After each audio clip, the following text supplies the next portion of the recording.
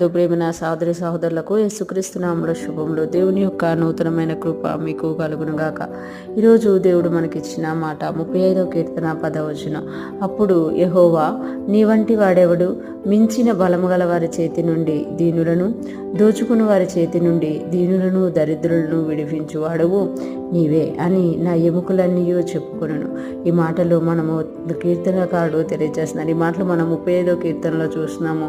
35వ కీర్తన 10వ వచనంలో కీర్తనకారుడు అంటున్నారు కదా, అప్పుడు యెహోవా, నీ వంటి వాడెవడు? అంటే దేవా, నీ వంటి వాడెవడు? నీ వంటి వారెవరు కూడా ఈ లోకంలో లేరు. ఎందుకు అనంటే మించిన బలము గల వారి చేతి నుండి దీనులను, అంటే మించిన బలము గల వారి చేతిలో నుండి దేవుని వంటి వాళ్ళు ఎవరూ లేరు అని కీర్తనకారుడు చెప్పడానికి కారణం ఏంటి అని అంటే, మించిన బలం గల వారి చేతిలో నుండి దీనుల్ని విడిపించేవాడంట.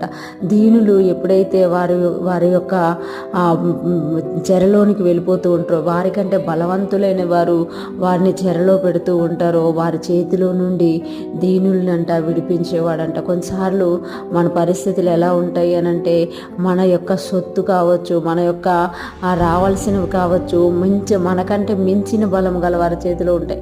మనకంటే అలా అన్ని విషయాల్లో బలం కలిగి ఉండడం వల్ల మనం వాళ్ళని అడగలేని స్థితిలో ఉంటాము. అలాంటి వారి చేతిలో నుండంట, మనకంటే మించిన బలం గల వారి చేతిలో నుండి దీనుల్ని, దోచుకుని వారి చేతి నుండి దీనులను దరిద్రులను విడిపించువాడవు నీవే.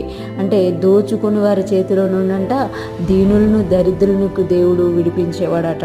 అంటే వాళ్ళ పనే దోచుకోవడం అనమాట. ఆ దోచుకుంటున్న వారి చేతిలో నుండి ఎప్పుడైతే ఈ దీనులని దరిద్రుల దగ్గర వాడు దోచుకుంటున్నాడో వాడి చేతిలో నుండి విడిపించేవాడు నీవే అని చెప్తున్నారు. అంటే కీర్తనకారుడు చాలామంది జీవితాల్లో ఈ విషయాలు నెరవేర్చబడడం చూశారన్నమాట. దీనుల చేతిలో నుండి దీనులు, మించిన బలము గల వారి చేతిలో నుండి దీనులు విడిపింపబడడం, దోచుకుని వారి చేతిలో నుండి దీనులు దరిద్రులు విడిపింపబడడం చూశారు కనుక అందుకనే కీర్తనకారుడు అంటారు కదా, నీ వంటి వాడెవడు? నీ వంటి వాడు లేడు అని చెప్తూ అని నా ఎముకలన్నీ చెప్పుకొనును. అంటే మనస్సు చెప్పుకోవడమే కాదు, ఆత్మ చెప్పుకోవడమే కాదు, మన హృదయం చెప్పడమే కాదట. ఇక్కడ కీర్తనకారుడు అంటున్నాడు కదా, నా ఎముకలన్నీ చెప్పుకొనుచున్నవి. మించిన బలము గల వారి చేతిలో నుండి దీనుల్ని, దోచుకుని వారి చేతిలో నుండి దరిద్రుల్ని విడిపించువాడవు నీవే అని నా ఎముకలన్నీ చెప్పుకొనుచున్నాయి. అందుకే నీ వంటి వాడెవడు లేరు. ఈ లోకంలో చాలామంది ఉండొచ్చు, ఉన్నారు కూడా, కానీ వాళ్ళందరికన్నా నువ్వు మించిన వాడివి. ఎందుకు అనంటే నీ వైపు చూసి ప్రార్థించే వారి జీవితాల్లో నువ్వు గొప్ప కార్యాలు చేసే దేవుడుగా ఉన్నావు. ఈరోజు ఫ్రెష్ మన్నా వింటున్న ప్రతి ఒక్కరూ జ్ఞాపకం చేసుకోవాలి, మనకంటే మించిన బలం గల వారి చేతిలో నుండి మన ఏదైనా విడిపింపబడాలా అయితే దేవుడు మనకు సహాయం చేసే దేవుడుగా ఉన్నారు.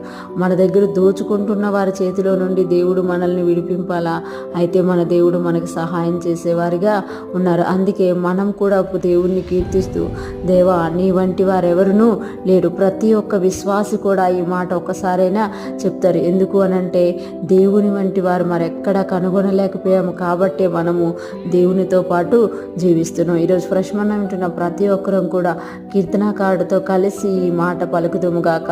మన ఎముకలు, మన ప్రాణము, మన ఆత్మ కూడా దేవుని స్తుతిస్తూ ముందుకు సాగిపోదుము గాక. ఆమేన్.